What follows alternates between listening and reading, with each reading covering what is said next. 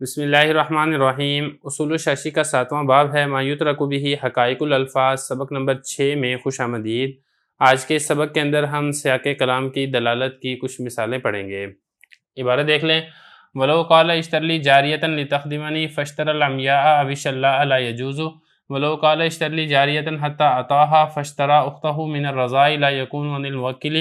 وعلى هذا قلنا في قوله علیہ السلام اذا وقع الذباب في طعام احدكم فانقلوه ثم انقلوه فإن في إحدى جناحيه داء وفي الأخرى دواء وإنه ليقدم الداء على الدواء، دل سياق الكلام على أن المقل لدفع الأذى عنا لا لأمر تعبدي حقا للشرع فلا يكون للإيجاب۔ ترجمہ دیکھ لیں۔ اور اگر اس نے یہ کہا کہ میرے لیے لونڈی خریدو تاکہ وہ میری خدمت کرے، اس نے اندھی لونڈی خرید لی یا اپاہج لونڈی خرید لی تو جائز نہیں ہے۔ اور اگر اس نے یہ کہا کہ میرے لیے لونڈی خریدو تاکہ میں اس سے وطی کروں، اس نے اس کی رضائی بہن کو خرید لیا تو یہ خریدنا موکل کی جانب سے نہیں ہوگا۔ اسی بنا پر ہم نے کہا نبی کریم صلی اللہ علیہ وسلم کے اس قول کے بارے میں، جب مکھی تم میں سے کسی ایک کے کھانے میں گر جائے تو تم اسے ڈبو دو، پھر اسے نکال دو، اس لیے کہ اس کے دو پروں میں سے ایک میں بیماری ہے اور دوسرے میں دوا ہے، اور وہ بیماری والے پر کو دوا پر مقدم کرتی ہے۔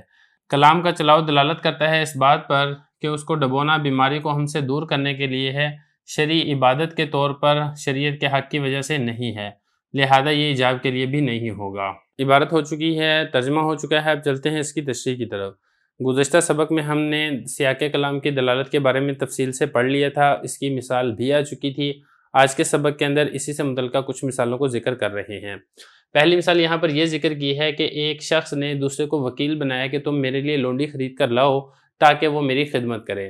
اب جو وکیل تھا وہ لونڈی کون سے خرید کر لاتا ہے؟ لونڈی خرید کر لاتا ہے اندھی یا اپاہج لونڈی خریدتا ہے، تو یہ جو باندھی ہے یہ موکل کے لیے نہیں ہوگی اور یہ وکیل کی اپنی طرف سے ہی خریداری سمجھی جائے گی۔ اب یہاں پہ سمجھنے کی بات یہ ہے کہ دیکھیں، یہ جو لونڈی کا لفظ ہے یہ اس کا حقیقی معنی تو یہ ہے کہ ہر قسم کی لونڈی کو یہ شامل اور عام ہو، اور کوئی سی بھی لونڈی خرید کر لا لی جائے تو وہ موکل کی جانب سے ہونی چاہیے۔ لیکن یہ جو جاریہ ہے اس کا حقیقی معنی متروک ہے، کیوں؟ کیونکہ کلام کا چلاؤ دلالت کرتا ہے، سیاق کلام، کیونکہ اس سے آگے خود لتخدمنی کا لفظ یہاں پر ذکر ہے جو یہ بتا رہا ہے کہ ہمیں ہر قسم کی لونڈی نہیں چاہیے بلکہ وہ لونڈی چاہیے جو ہماری خدمت کرے۔ تو اب مطلب یہ بنے گا کہ جاریہ سے حقیقی معنی ہر قسم کی لونڈی یہ مراد نہیں ہوگا بلکہ وہ مخصوص لونڈی مراد ہوگا جو کہ خدمت کرنے کے قابل اور خدمت کی صلاحیت رکھتی ہو۔ تو جب ایسی لونڈی لائے گا تو پھر تو وہ موکل کی جانب سے ہوگی، اور اگر اندھی لے آئے، اب اندھی ظاہر ہے تو خود محتاج ہے، یا اسی طریقے سے اپاہج ہے وہ خود محتاج ہے، وہ آقا کی کیسے خدمت کر سکے گی؟ لہذا یہ جو خریداری ہے یہ موکل کی جانب سے نہیں ہوگی۔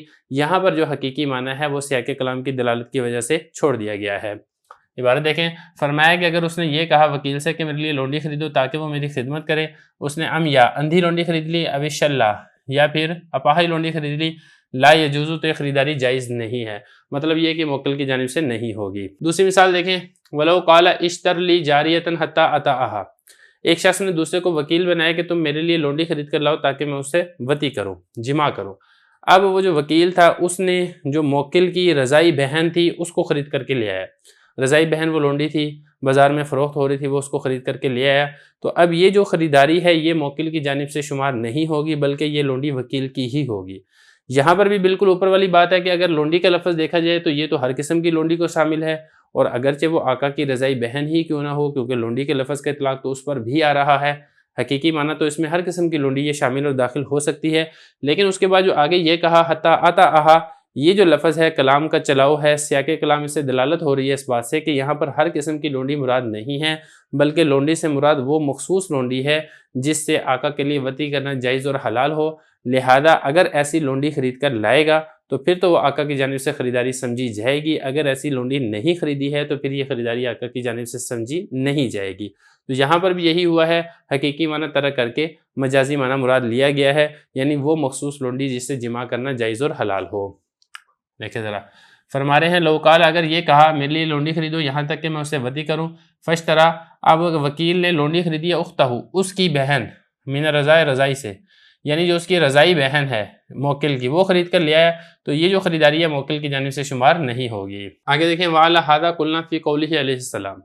سیاق کلام کی دلالت کی وجہ سے حقیقی معنی کو ترک کرنے کی یہاں پر ایک اور مثال ذکر کی جا رہی ہے۔ نبی کریم صلی اللہ علیہ وسلم کا ارشاد گرامی ہے، اذا وقع الذباب فی احدکم فامکلوہ ثم انکلوہ فإن فی احدی جناحیہ داء وفی الاخری دواء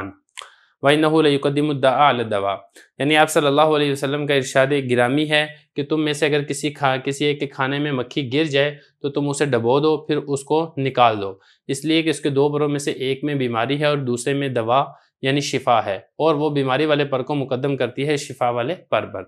اب یہاں پر دیکھیں نبی کریم صلی اللہ علیہ وسلم نے حکم دیا ہے، کون سا حکم دیا ہے؟ فَمْكُلُوهُ ثُمَّ انْكُلُوهُ، اس کو اندر ڈبو دو اور پھر اس کو ڈبونے کے بعد اس سے باہر نکال دو۔ دیکھیں یہاں پر بات سمجھنے کی ہے کہ یہاں پر آپ صلی اللہ علیہ وسلم نے ارشاد فرمایا ہے فَمْكُلُوهُ، اسے ڈبو۔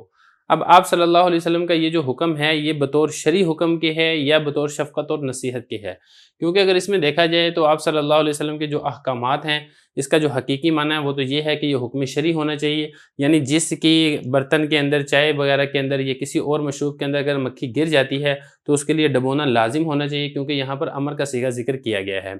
لیکن اگر آپ آگے کلام کا چلاؤ دلالت کرتے ہیں تو آگے آپ صلی اللہ علیہ وسلم نے خود ارشاد فرمایا فَإِنَّ فِي إِحْدَى جَنَاحِهِ دَاءً وَفِي الْأُخْرَى دَوَاءً وَإِنَّهُ لَيُقَدِّمُ الدَّاءَ عَلَى الدَّوَاءِ، یہ جو پورا کلام کا چلاؤ ہے یہ اس بات پر دلالت کرتا ہے کہ یہ جو حکم ہے یہ امر تعبدی نہیں ہے بلکہ امر ارشادی ہے، بطور امت پر شفقت کے لیے اور اس سے تکلیف کو دور کرنے کے لیے آپ صلی اللہ علیہ وسلم نے یہ والی بات ارشاد فرمائی ہے۔ اس وجہ سے ارشاد نہیں فرمائی ہے کہ یہ کوئی شریعت کا حکم ہے جس کا معنی لازم اور ضروری ہو، حتیٰ کہ